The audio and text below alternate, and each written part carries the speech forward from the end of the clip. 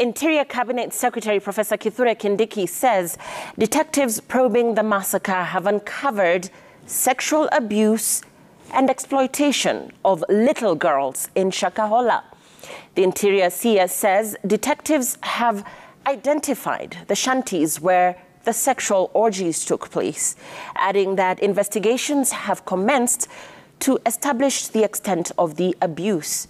Professor Kindiki also confirmed fears of organ harvesting, saying that some of the bodies exhumed were missing body parts.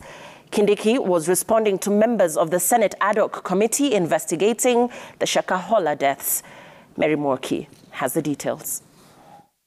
With the nation still reeling from the shock of the Shakahola massacre that continues to make headlines within and without the country, Kenyans may never really know the full extent and magnitude of the atrocities committed in the Shakahola thickets. On Friday morning, Interior CS Kithure Kindiki gave a chilling account of some of the horrors of Shakahola.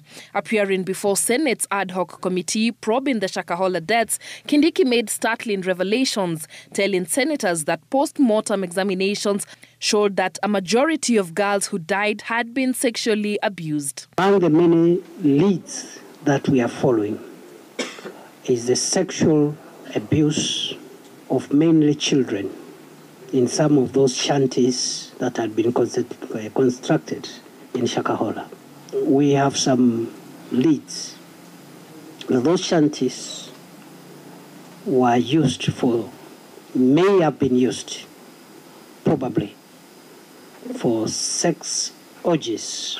The Interior CS blamed the judiciary for letting down the country and those who died by releasing Mackenzie every time he was arraigned, despite spirited efforts by ODPP and the DCI to obtain custodial orders to detain the self-proclaimed preacher. The court in Malindi, in its wisdom,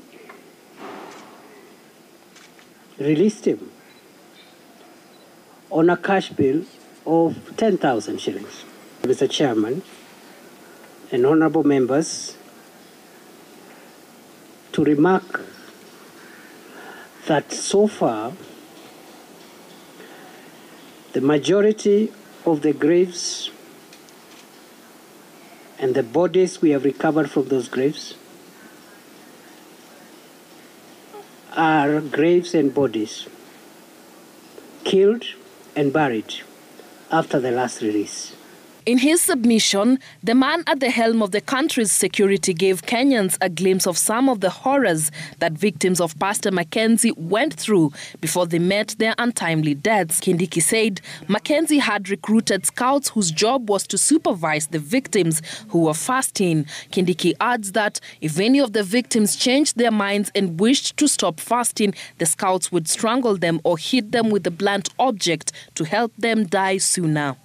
Mr. Mackenzie had employed armed criminals to supervise starvation, and if any person changed their mind, they will be clobbered to death, strangulated to death, or otherwise killed.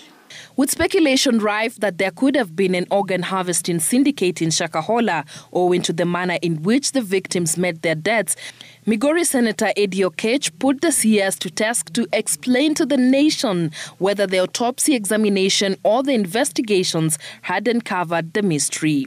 Some of the bodies are quite decomposed, but we are not ruling out that. And yes, maybe 1-2 bodies could have missing organs, but it's a theory we're also investigating. Professor Kithure Kindiki noted that a majority of the people lured to Shakahola Forest by Pastor Mackenzie are mostly from across the country and some from outside the country. He told the Senate ad hoc committee that preliminary investigation showed that most of the people who were lured by Mackenzie to join the cult are from Western Kenya, Northern Kenya, Eastern Kenya and Nyanza regions. Mary Morki, Citizen TV.